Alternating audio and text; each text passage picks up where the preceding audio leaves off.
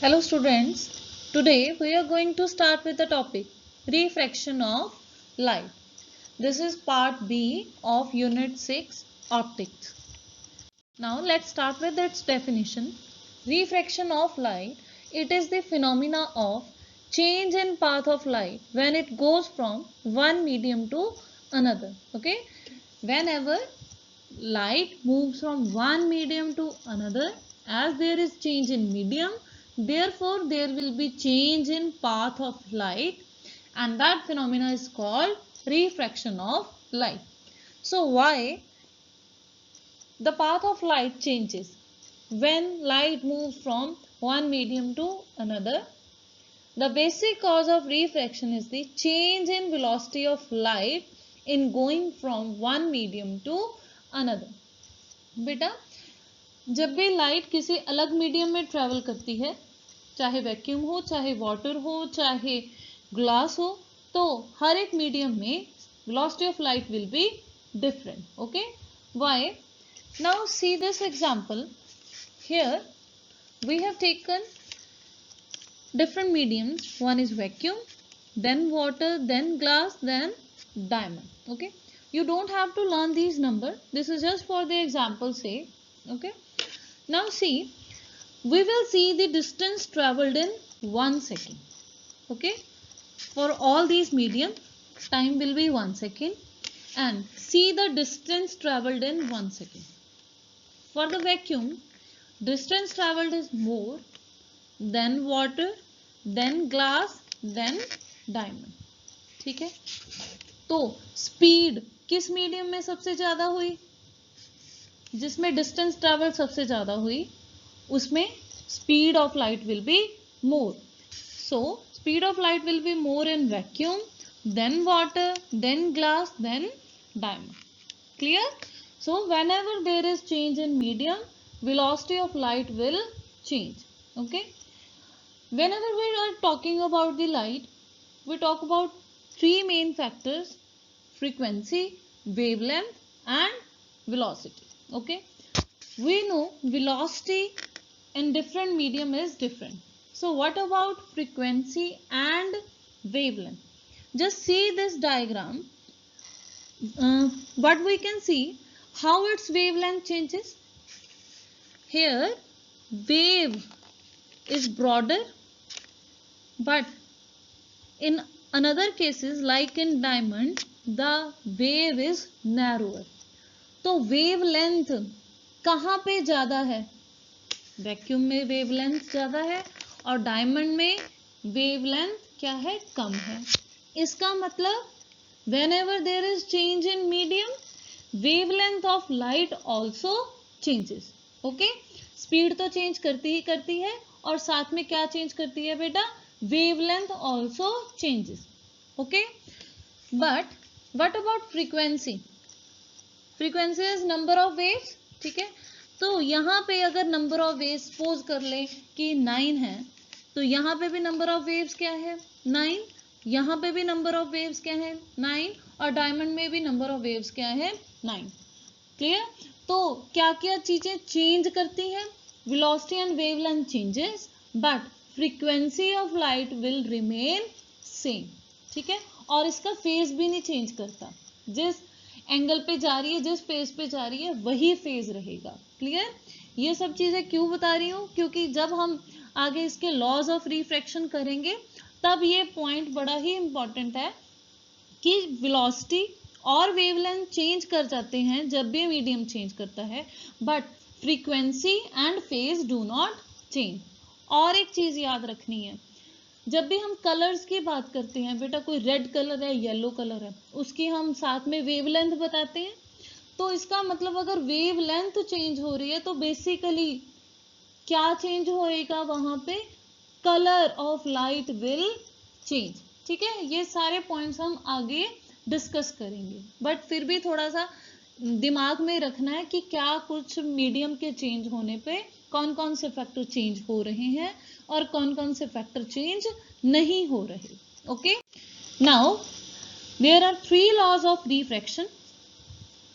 One is the incident ray, refracted ray, and normal to the interface. At point of incidence all lie in same plane. पहले तो ये देखो, ये बेटा ये इंटरफेस है जहां जो दो मीडियम को क्या करता है, एक दूसरे से अलग करता है। सपोज हमने मीडियम 1 क्या ले लिया, एयर, मीडियम 2 क्या ले ली हमने, वाटर, ठीक है। तो ये कौन सा इंटरफेस होगा, एयर और वाटर का इंटरफेस होगा, ठीक है। अब यहाँ पे मैंने एक परपेंडिकुलर प्लेन बना लिया, ठीक है, और इस पॉइंट ऑफ इंसिडेंस पे हमने क्या ड्रॉ कर ली बेटा, नॉर्मल ड्रॉ कर ली। मीडियम 1 से इंसिडेंट रे फॉल कर रही है, ठीक है, और ये थीटा आई, वैसे हम आई भी लिख सकते हैं, angle of incidence can be represented by angle I. ये क्या हो गया, एंगल ऑफ इंसिडेंस। तो अब after refraction light will moves to another medium. देखो इसका पाथ चेंज हो गया, वैसे इसको क्या जाना चाहिए था, अगर यहाँ पे दूसरा मीडियम ना होता तो ऐसे स्ट्रेट जाती, लेकिन ये स्ट्रेट नहीं जा रही, इट इज बेंडिंग, ठीक है, उसका पाथ क्या हो रहा है, चेंज हो रहा है। This is the refraction of light, ठीक है। और हमारा फर्स्ट लॉ क्या बोल रहा है, incident ray, normal and refracted ray all lie in same plane. ये देखो जो हमने प्लेन ड्रॉ किया है, सारी रेज इसी प्लेन में लाई कर रही हैं, so all lie in same plane, ठीक है। ये क्यों दिखाई है हमने कि अगर रिफ्लेक्शन भी हो रही है तो थोड़ी सी लाइट उधर भी जा सकती है, क्लियर। रिफ्रैक्शन हो रही है तो दूसरे मीडियम में एंटर करेगी, क्लियर। ये चाहे आप ये वाली लाइन ना ही दिखाओ, क्योंकि हम रिफ्लेक्शन की बात नहीं कर रहे, हम रिफ्रैक्शन की बात कर रहे हैं, ठीक है। हमारा सेकंड पॉइंट है, whenever light goes from one medium to another, the frequency of light and phase of light do not change. ये हमने पीछे भी बात की थी कि फ्रीक्वेंसी और फेज चेंज नहीं करते। क्या चेंज करता है बेटा, velocity of light and wavelength of light, clear, ये दोनों चेंज कर जाते हैं। Moving to the next law, the product of refractive index and sine of angle of incidence or refraction at a point in a medium is constant. Product of refractive index, बेटा एक ये नई term use हो रही है जिसको हम detail में आगे पढ़ेंगे। यहाँ पे सिर्फ एक वर्ड याद रखो, रिफ्रैक्टिव इंडेक्स। किसी भी मीडियम को रिप्रेजेंट करने के लिए हम यहाँ पे एक टर्म यूज कर रहे हैं, रिफ्रैक्टिव इंडेक्स। यहाँ पे μ1 और μ2 का मतलब है कि दो अलग अलग मीडियम हैं हमारे पास, ठीक है। जितने भी आगे हम डेरिवेशंस करेंगे उसमें रिफ्रैक्टिव इंडेक्स और ये जो लॉ हम पढ़ने जा रहे हैं, स्नेल्स लॉ, ये थर्ड लॉ, ये बड़ा ही इंपॉर्टेंट है, तो इसको ध्यान से समझना बेटा। तो हमने इस डायग्राम को देखो, एक तरफ मीडियम ले लिया जिसका रिफ्रैक्टिव इंडेक्स कितना है बेटा, μ1। यहाँ से रे फॉल करी और कितना एंगल बनाया इसने नॉर्मल के साथ, I. This is called angle of incidence. After refraction, it moves to the next medium whose refractive index is μ2 and R is the angle of refraction. ठीक है, अब यहाँ पे इसको अप्लाई करना है, ये जो डेफिनेशन हमने यहाँ पे पढ़ी है, product of refractive index and sine of angle. कौन कौन सा एंगल, चाहे एंगल ऑफ इंसिडेंस हो चाहे एंगल ऑफ रिफ्रैक्शन हो। पहले इस वाले ऊपर वाले मीडियम पे हम ये लॉ अप्लाई करके देखते हैं, प्रोडक्ट ऑफ रिफ्रैक्टिव इंडेक्स, तो इसका रिफ्रैक्टिव इंडेक्स कितना है, μ1, sine of angle of incidence, तो यहाँ पे आ जाएगा बेटा साइन आई। देखो यहाँ पे μ1 sine I is equals to constant. यही तरीका है स्नेल्स लॉ को अप्लाई करने का। पहले मीडियम देखो, कौन सा मीडियम है जिसका रिफ्रैक्टिव इंडेक्स कितना है, μ1, उस तरफ कौन सा एंगल बन रहा है, I, तो साइन I इंटू μ1।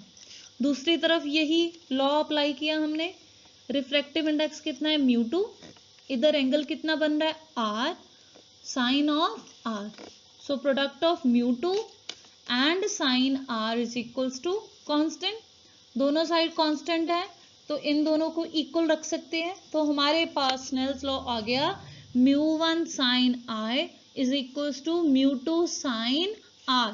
बेटा जब भी कहीं बोले कि इस बाउंड्री पे, इस पॉइंट पे हमने स्नेल्स लॉ अप्लाई करना है, तो बेसिकली हम ये वाली टर्म यूज करेंगे। कैसे करेंगे?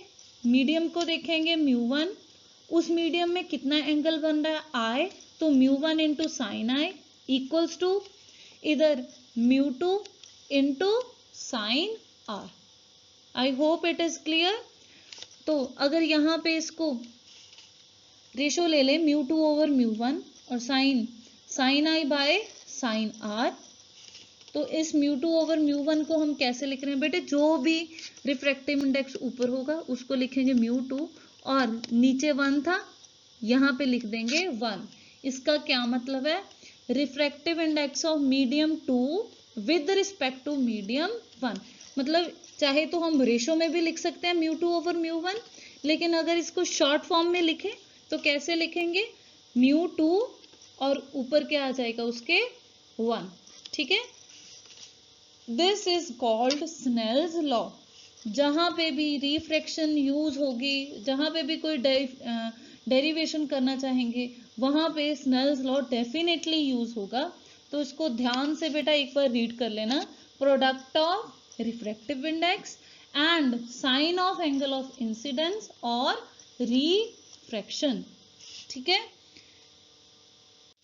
Now our next topic is refractive index. अभी हमने स्नेल्स लॉ में रिफ्रैक्टिव इंडेक्स की बात करी थी, तो अब देखते हैं कि रिफ्रैक्टिव इंडेक्स है क्या।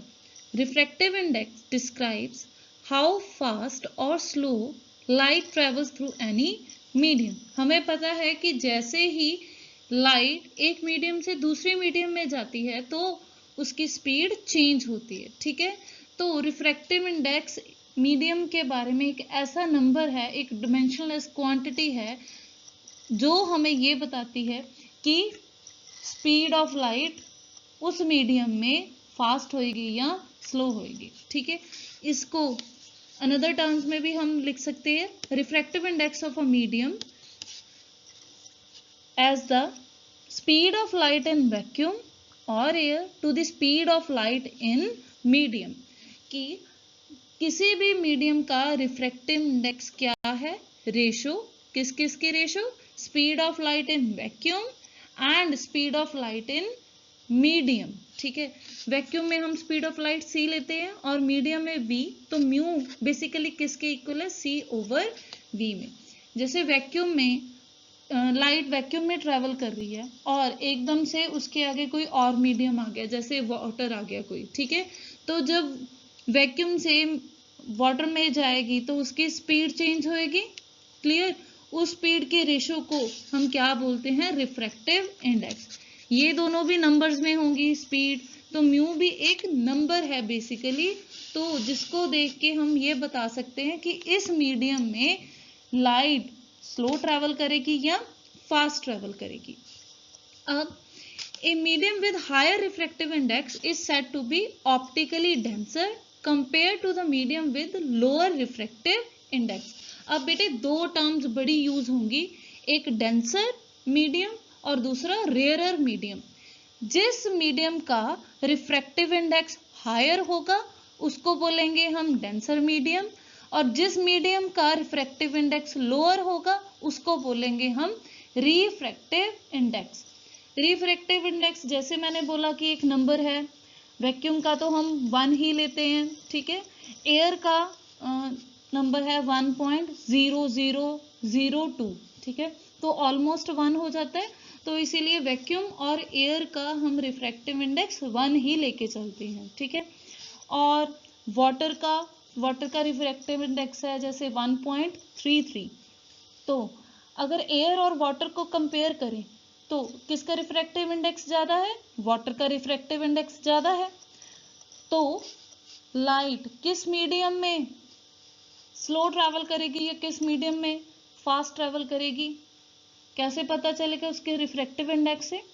पहले ये बताओ कि दोनों में से कौन सा मीडियम डेंसर मीडियम है जिसका रिफ्रैक्टिव इंडेक्स ज्यादा है? So water is denser medium than air.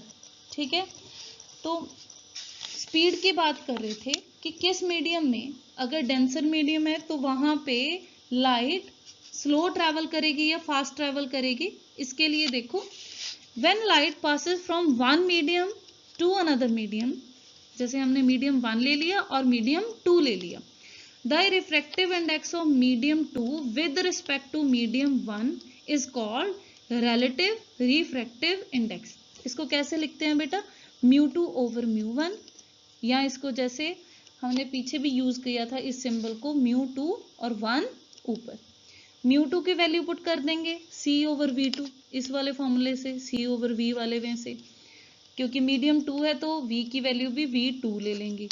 यहाँ पे c over v1, c cut गया, v1 की वैल्यू चलेगी ऊपर। अब बेटा μ2 ओवर μ1 और यहाँ पे है v1 ओवर v2। वेलोसिटी और रिफ्रैक्टिव इंडेक्स क्या है, एक दूसरे के इनवर्सली प्रोपोर्शनल हैं। तो जिस मीडियम का रिफ्रैक्टिव इंडेक्स ज्यादा होगा उस मीडियम में लाइट स्लो ट्रैवल करेगी, जिस मीडियम का रिफ्रैक्टिव इंडेक्स लो होगा उस मीडियम में लाइट फास्ट ट्रैवल करेगी। तो अभी हमने एयर और वाटर की एग्जांपल ली, तो water is a denser medium, air is a rarer medium and light will travel faster in air as compared to water. Okay? और एक चीज याद रखनी है तुम लोगों ने, in going from rarer medium to denser medium the ray bends towards the normal, and in going from a denser medium to rarer medium the ray bends away from the normal. बेटे ये बहुत ही important point है कि जब रे rare to denser medium जाएगी, पहले तो एक नॉर्मल ड्रॉ कर लेंगे हम, यहां से रे इंसिडेंट होगी, दूसरे मीडियम में जाएगी तो वो रे कौन सी होगी, रिफ्रैक्टेड होगी। हमें पता है कि ये रे अपना पाथ चेंज करेगी, ऐसे सीधे तो नहीं जाएगी, ठीक है। अब क्या पता कि ये नॉर्मल की तरफ जाएगी या नॉर्मल से अवे जाएगी, ठीक है। दो वर्ड यूज करेंगे, towards the normal and away from the normal. जब रे रेयर टू डेंसर जाएगी तो ये टुवर्ड्स द नॉर्मल जाएगी, तो इन दोनों में से कौन सा एंगल स्मॉल होगा, θ2 will be smaller than θ1। Why, because ray will bend towards the normal. Okay, अब यहाँ पे रे देखो, रे का एरो उल्टा हो गया, ray is travelling from denser to rarer. जब डेंसर टू रेयर जाएगी it will move away from the normal, away from the normal होगी तो इसका एंगल भी क्या हो जाएगा, ज्यादा हो जाएगा। इसके लिए बेटे एक वीडियो देखेंगे अब हम। यहाँ पे हमने एयर दोनों मटेरियल के हैं, एयर है, ठीक है। यहाँ पे जैसे ही रे ऑफ लाइट आई तो देखो it is moving straight, clear, there is no change in path, so there is no refraction because the materials are same.